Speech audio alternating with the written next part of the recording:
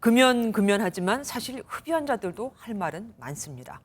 비싼 담뱃값에 주변 눈치까지 봐야 하니 차라리 제대로 된 흡연 구역을 많이 늘려달라고 하고 있거든요. 그런데 수조 원의 세금을 걷는 정부는 지자체 소관이다. 흡연 구역을 늘리는 건 흡연을 조장할 수 있다는 소리만 하고 있습니다. 도대체 담뱃세로 거둔 수조 원은 어디에 쓰는 걸까요? 해외에선 간접 흡연을 막기 위해 씹는 담배도 판매하고 있는데 우리는 세 부담이 커서 보급이 더딥니다. 유승우 기자가 취재했습니다. 지난 2015년 정부는 흡연율을 낮추겠다며 담배 한 갑당 354원이 부과됐던 국민건강증진기금을 무려 841원으로 올렸습니다.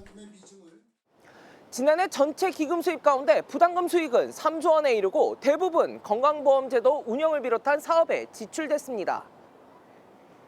기금의 법정 사용 용도에는 금연 교육과 광고, 흡연 피해 예방 및 흡연 피해자 지원 외에는 간접 흡연을 막기 위한 내용은 없습니다. 흡연자들에게 3조 원에 육박하는 돈을 거뒀지만 캠페인성 예방 활동 등에 치중할 뿐 길거리나 공동주택의 간접 흡연 피해를 막기 위한 노력은 제대로 이루어지지 않은 겁니다. 국회와 기재부마저 기금이 연관성이 낮은 사업에 쓰이고 있다고 지적하고 있지만 보건복지부는 흡연부스 설치는 지자체 소관이며 흡연구역 설치가 흡연을 오히려 조장할 수 있다는 입장을 고수하고 있습니다. 흡연자들은 현행 정책으로는 간접 흡연에 따른 사회적 갈등을 해결하지 못한다고 말합니다. 음치만 다 골목길로 숨어들잖아요. 그러면서 쓰레기통은 없으니까 담배 꽁초는 또 버리고 비흡연자들이 담배 연기를 본인이 원하지 않은데 마실 그런 상황이 발생하지 않도록 하는 것이 중요하다고 생각을 합니다.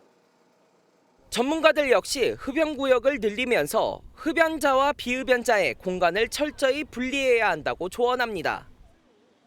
담배 생산 소비를 금지하는 것도 아니고 다 허락해 놨습니다.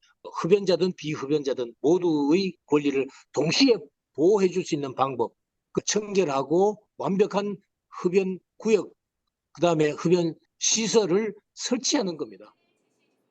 정치권에서도 연기가 나지 않는 무연담배의 세율 완화 법안을 발의하는 등 간접 흡연 문제 해결에 고심하고 있습니다. 지난 2004년 흡연권과 혐연권을 모두 인정한 헌법재판소 판결은 간접 흡연이라는 해결하기 어려운 숙제를 남겼습니다. 정책 패러다임 변화가 필요합니다. MBN 뉴스 유승호입니다. 안녕하세요. 김주하입니다. 공정하고 신속한 MBN 뉴스, 유튜브를 통해서도 만나보실 수 있습니다. 특히 더 많은 뉴스와 라이브를 보고 싶으시다면 오른쪽을 눌러서 구독하시면 됩니다. 어렵지 않죠? 빠르고 정확한 뉴스로 계속 찾아뵙겠습니다.